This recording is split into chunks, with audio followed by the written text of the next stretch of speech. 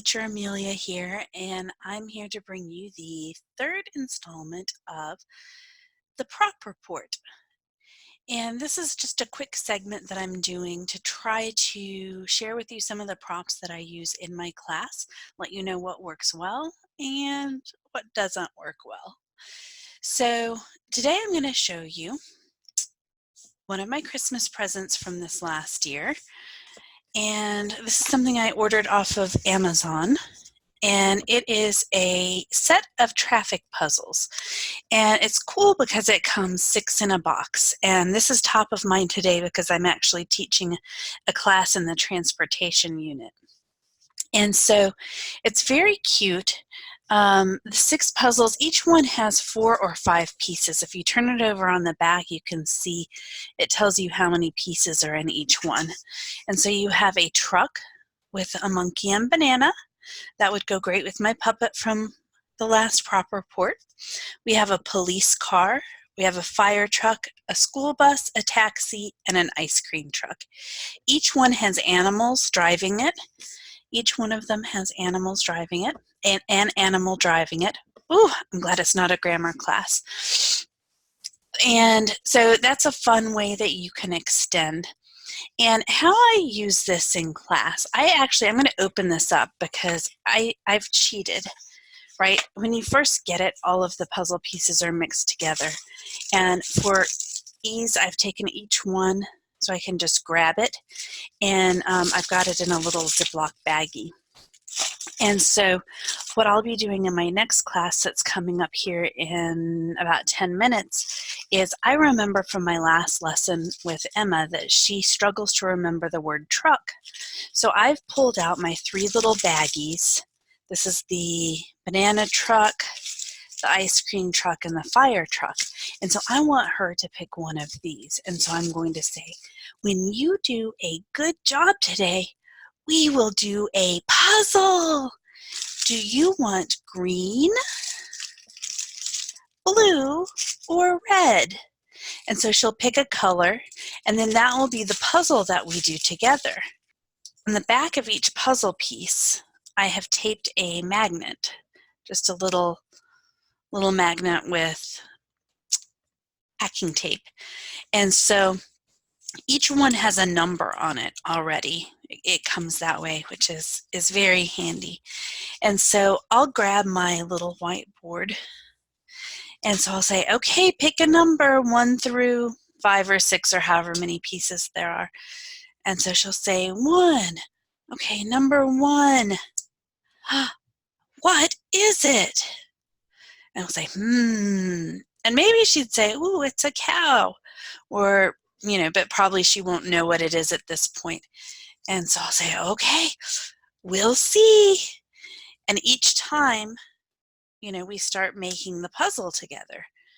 And by putting it on my little whiteboard like this, it's easy to hold up to where she can see it. And, we'll put it together during class. And usually I'll award a star at the same time and say, oh, you get a puzzle piece and you get a star, and put them around the edges or maybe on the whiteboard behind me. So there's a couple things that I really like about this particular puzzle set. Number 1, it does have the animals for extension. I just think that's a nice little feature. I also like that you get 6 in 1, so it can actually be used for several different lessons. And if you're in a transportation unit, you could do several of them like I have and not get tired of it because they're distinctly different. The second thing that I love probably more than anything about this particular set is that for each puzzle, it comes with a little cheater piece. It comes with 1 puzzle piece that tells you what it's supposed to look like. And so as I grab my puzzle pieces, I take this and I set it down on my computer. So I know kind of where each piece should go. So even if I don't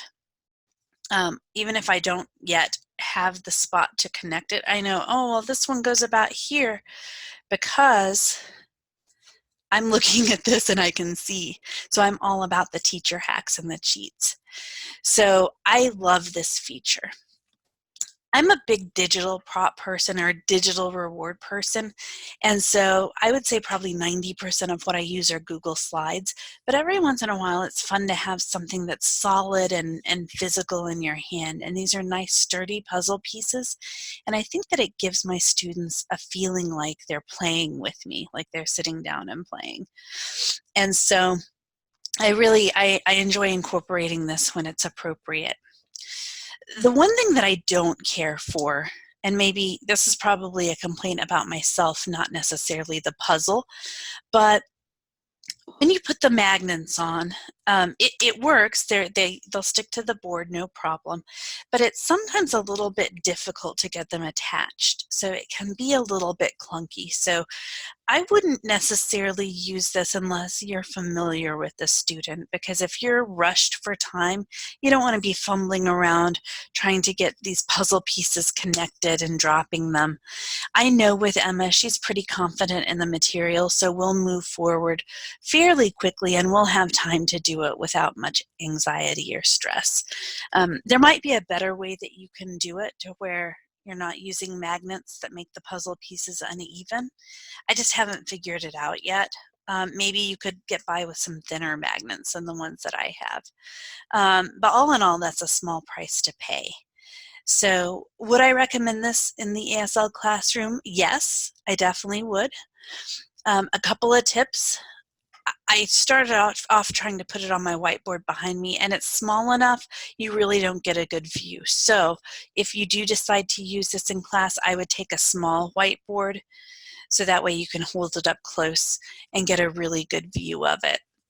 But I would absolutely recommend it. I've enjoyed it. I've used it several different times, and it provides some great variety, especially in the transportation unit. So I hope you found this helpful. If you have any questions or any suggestions or puzzles of your own that you like to use in class, please let me know in the comments because I'd love to try them out. Thank you. Happy teaching.